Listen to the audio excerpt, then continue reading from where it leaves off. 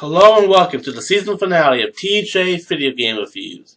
I'm your host, TJ, and today I'm taking a look at Armored Core.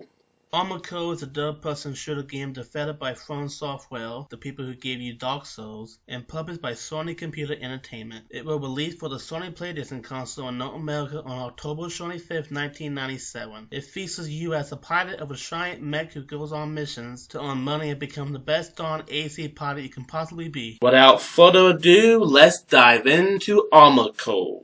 The game starts right off with you in a Shannon area going up against two other robots to prove you have what it takes to become part of the Raven Nest, a group of mercenaries who does shards for a fee and work on their own giant robots. After you completed the test, you go to the main menu which features a garage, rank-ins, missions, a shop, emails, and a save feature. One of the first things you'll be doing in the game is editing your AC. You can give it different parts you bought from the shop, change its weapon, or its color. You can even create an emblem for the AC or pick a sample to slap on the AC's shoulder. Once you're done modifying your AC, you can go on to your first mission. There are different companies and such that require the Raven's services, so there's always a healthy supply of missions to take on to earn money. After a mission briefing of sorts, you decide whether or not to take the contract and launch the sortie, and you finally get to the meat of the game. Right away, I have to admit that one of the things I don't like about this game is the fact there are no health items. If you take damage during the mission, there's no way to reverse it. It's also pretty much impossible not to take hits even if you want to the left and right while shooting, because most of the enemies in the game are faster than you. Basically, you're going to die,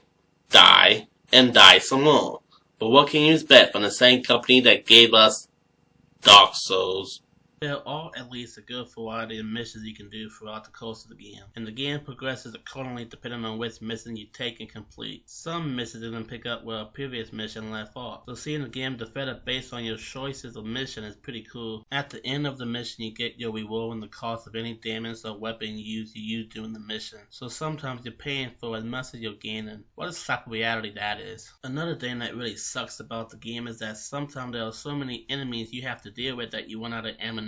You have a secondary weapon, but it's not as effective as your primary one, and sometimes doing melee just isn't plausible. So what's a good AC pilot to do? Sometimes you just have to abort. Abortion goes against my religion. Not that kind of a boat, you dumbbell. A good man never pulls out.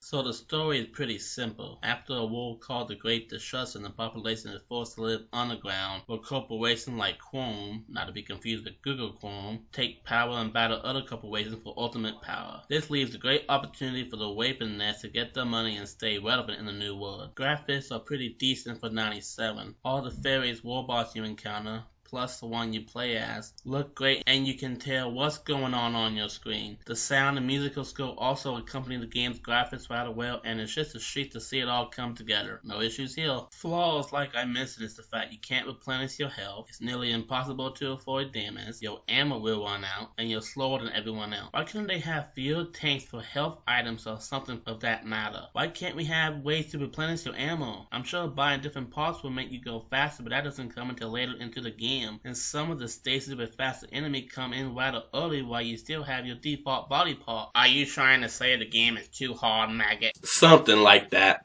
And you call yourself a Raven? Get good, son. No, don't tell me to get good. The game is cheap and unfair just like Dark Souls. What is your problem with Dark Souls anyway? It's a solid game. No, I won't tell. 'Cause there's nothing to tell. No one is gonna get that reference. In some missions, you encounter other Ravens who are opposite of you, but the number one ranked Raven at the start of the game is none other than Hustler 1. They say Hustler 1 is so tough he made One Punch Man look like a pansy. They say Hustler 1 is so fast the flies be doing double takes when he enters a room. They say that Hustler 1 was once bitten by a snake, and after 5 grueling months the snake died. They say Hustler 1 is so great he isn't even human. He's actually a robot sent from the future to save the Earth from global warming. Hustler 1 is so grand. We get it already. Sorry.